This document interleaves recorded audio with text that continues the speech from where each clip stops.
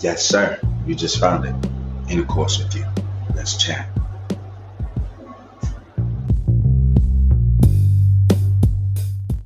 I want to have intercourse with you. Ooh, yeah, intercourse with you. Relations. Intercourse with you. Right? Yeah, no, great. That sounds good. All right, Sounds good, yeah, groovy. Now, is there a shorter word for intercourse? Intercourse with you. Ooh, yeah, intercourse with you. Relations. Intercourse with you. Right? Intercourse with you. Relations. Welcome to Intercourse with You. I am your host, Mr. B. It is a pleasure to be with you here on this podcast. Today, we tackle the subject matter of older women hitting the wall. It is a very real reality for a lot of women who chose to prioritize their careers over their family lives. And for a lot of those women who may have excelled in their career, gotten great educations, they find themselves in a situation where they're older, less likely to have children, contemplating whether or not they should freeze their eggs, and still looking for a mate. Now, this seems to be a very interesting trend because a lot of people seem to find themselves in this situation.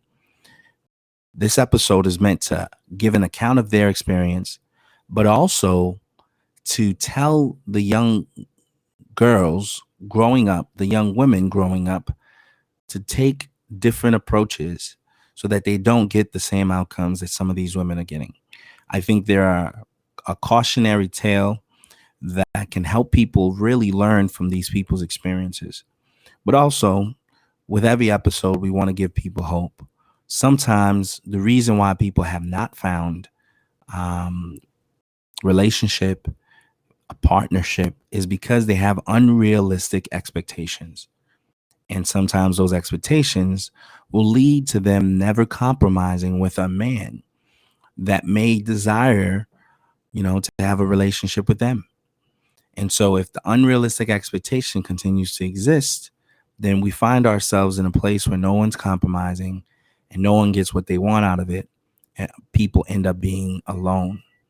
Now, I think there are things that can be done to reconcile this issue, but it takes some humility for it to be done. Join us as we discuss women hitting the wall. Dude, I miss having a man so much right now. What happens if I meet him and he wants kids and I'm too old to not be able to give him? Cook your children and also I am your husband.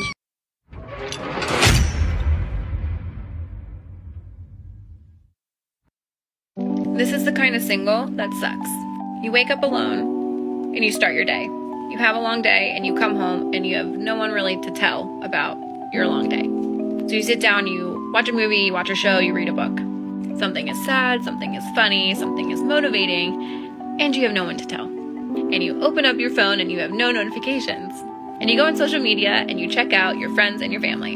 And they all have people in their lives that will always come before you, as they should, but you have no one.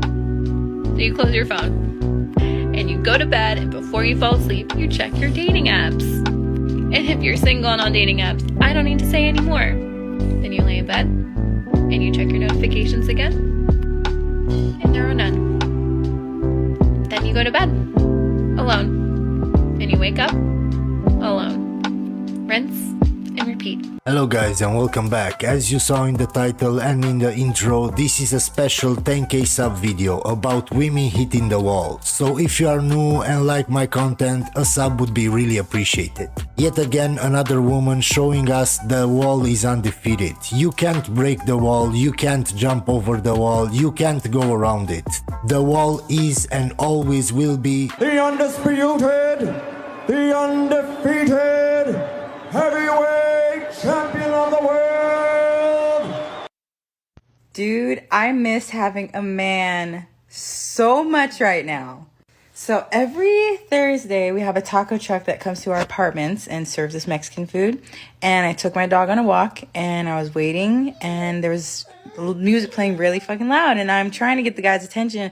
I'm literally there for like 5 minutes, just standing there waiting for him to see me. Then a couple walks up, and they're standing there for maybe like 30 seconds to a minute. The guy's like, "Excuse me, miss."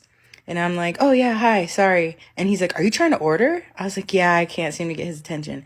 He walks up to the taco truck guy, and he's like, "Excuse me, boss. I think she's trying to order." And then I was like, "Thanks." And I was like, I miss having my own man to do that for me. But ma'am, you are a proud feminist. You are a strong and independent woman. You don't need a man. I don't need no man. Alexa, remind me that I don't need a man and men are useless. But trust me guys, they reach a certain point and then they all need us. Or they just go crazy like this woman here. You can wash your garden, cook your children, and also iron your husband. Yes, I did university in 1977 and passed away. This guy just canceled our date tonight because he'd rather hang out and get drunk with his friends in the club.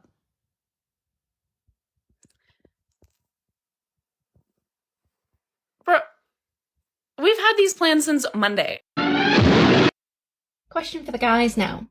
Or the girls, if you know the answer, speak up. Where do I find all the decent single guys? Like, where do they all hang out?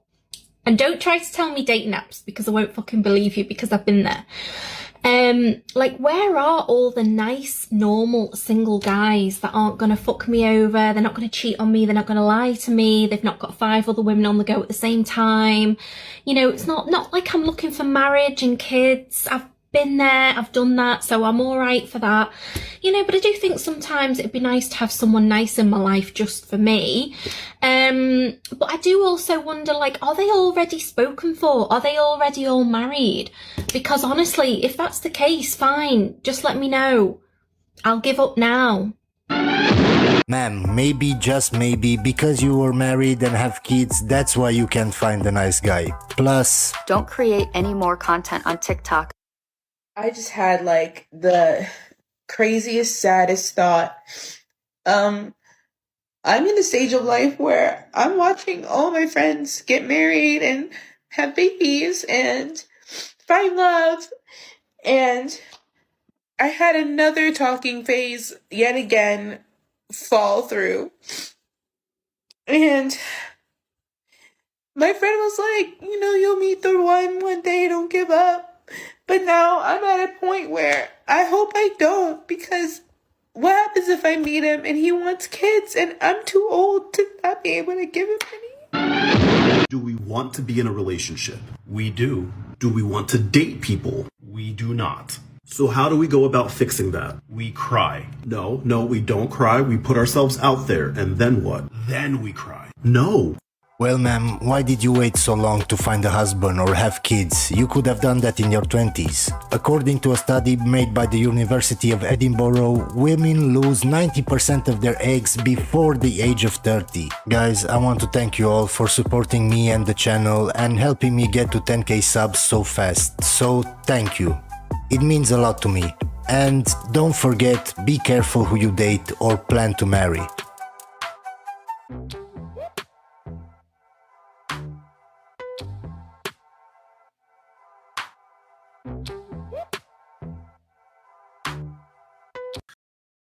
You just heard from that clip that we played. Some of these women hitting a wall. It's just giving their account of their experiences as they aged. They've, you know, been in relationships. And unfortunately, those relationships, for whatever reason, didn't work out. Some of those women prioritized their careers. Some of those women didn't really make a good effort, really, to connect with a man, to build a relationship with a man. For some of those women, they weren't properly taught how to value a man. And so for all those years when they had an opportunity to appeal to a man, I think those opportunities were missed mainly because they just was not prepared to understand the man, to understand his needs, to understand his wants, to comply and be in alliance with those things. And I think it created, discord, something that prevented them from being able to connect the way that, they might have wanted to. It's interesting because in our society today, we have this Disney world view of how love should happen. The prince pursues the princess, they get married, and they live happily ever after. Every Disney story you see has that type of narrative. The girl is to be pursued. The young man is noble background. Typically, it's either a prince or someone who has the ability to change their life and to provide a life of security. And I think a lot of our women grow up from little girls believing that that's how it's supposed to play out every time. And when that's the perception that you grow up wanting and desiring, it becomes a harsh reality when you get older and you meet people and they're not the Prince Charming that you were expecting. Those people themselves may, be coming into themselves. They may be growing and maturing, but you are expecting for them to be ready-made. And because you expected for them to be ready-made, you had not as much patience for these people. Maybe you were quick to dismiss these people the moment something happened. The moment you guys came into a disagreement, you didn't see the need to continue building the relationship. You didn't build those soft skills to problem solve and to work together and work through stuff. And so you go from one relationship to the next. Some women even go on and live promiscuous lifestyles. They take the Sex in the City approach, where there's a woman pursuing her career, mostly in a big city, and she's just essentially using her youth to attract men, using her beauty to appeal to different types of men, and she's being promiscuous. She's, having intercourse with those men. She's, kind of living the single girl lifestyle as she progressed in her career, while other women, really prioritize family. They seek to get married early. They seek to find a connection with a man early. They work to build relationship early. They invest themselves, their time, and their efforts early. They start their families early. So they're already experiencing the things that most women are designed to experience: marriage, motherhood. And so they're not at a place where they've been worn down or they've had so many relationships that they've become skeptics as a result of the failed relationships that they've had. And, they find themselves in a place where they're now skeptical about men, about their intentions. They're now at a place where their expectations does not match their reality, and their time is ticking. And for a lot of these women, there's a lot of pressure on them from their family. Their parents may want grandchildren.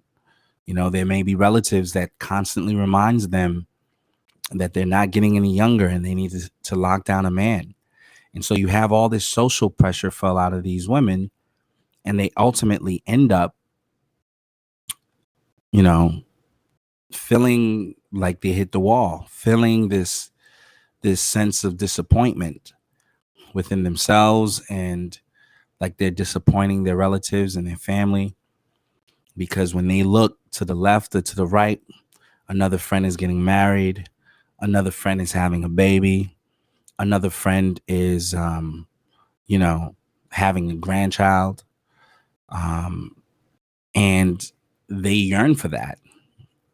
I think biologically there's things that their bodies, desire. There's changes in their bodies that, further adds pressure to these women. And I think at that time is when that dose of reality hits, where women take inventory of the decisions they made. And a lot of times, even the decisions that they made, some of them, rather than being humble, taking a step back and reassessing the decisions they made and making a change, some of them double down. They start to justify why they don't need a man. They start to justify why their lives are good. They start to paint a picture about their situation, especially on TikTok or on YouTube, that makes their life seem glamorous. So they're essentially having a false sense of security, a false sense of confidence in the lifestyle that they chose, when deep down inside they're hurting because the thing that they desire is family and companionship and children and legacy. And it seems like that part of their life is passing them by and everyone else gets to enjoy it. So now they are feeling empty and they go ahead and try to fill voids. That's where you see advancements in the career. That's when you see people going back to school to get extra degrees to excel at the workplace. And then that's when you see a lot of the international travel and the posting on Instagram and, this projection of this glamorous lifestyle that everyone should envy. When in reality, those people are empty. In reality, those people envy the lives of those who have family. So it's very deceptive in terms of how, some women choose to handle these things. But for those who aren't too proud to say to themselves, I went the wrong way, then there's still hope, because God is still God. He can still make a miracle out of the most gloomy situation. And for those who desire to have a dose of reality, for those who desire to humble themselves, they can always change their mind and change their approach. Because I do believe that there is someone out there for everyone. I think this is a good time for us to incorporate some words of wisdom. The Bible says in Proverbs 16:16, it is better to get wisdom than gold, and to those who choose understanding rather than silver. Wisdom is key here, folks. Wisdom is understanding how to use knowledge effectively. Wisdom is learning from other people's experiences so that you can make a better decision. There's another scripture in Proverbs 11:28 that says, excuse me, a life devoted to things is a dead life, a stump. A God-shaped life is a flourishing tree. That is in the Message translation. Now, a lot of times we chase career. We chase the lights. We chase these things that are fleeting. We chase things. And when we don't prioritize our relationships and people above things, then we find ourselves with a lot of things and no relationships or no meaningful relationships. And unfortunately, those things can't give you comfort at night. Those things can't really fill those gaps, those emotional voids that we fill on the inside of ourselves. But people can do that. Relationships can do that. And I think it's important for us to put that message out there to people that relationships are good. I know everyone wants to be independent nowadays. Everyone wants to prove to someone else that they don't need a man. They don't need anybody. They got everything that they need. They got all this stuff. They got a house. They got 3 degrees. They're PhDs. You know, they have great clothes. They're wearing Fendi. They're wearing all these designer bags. You know, they're traveling the world. It's all these braggadocious things that people tell themselves, when in actuality, they would trade all that stuff in for a life partner, for someone to be there by their side when the pandemic is going on and they can't go outside and they don't feel good. They would trade all that stuff in for someone who cares about them, who loves them. There is no better feeling than the love of a child to a parent. There's no better feeling when you feel a connection with a person that you think understands you and gets you. There's no better feeling when you're sharing a laugh, when you have companionship with people. There is no better feeling than those feelings. So it would behoove anyone to prioritize relationship. For the people who are younger, the younger women listening to this podcast, a lot could be learned here.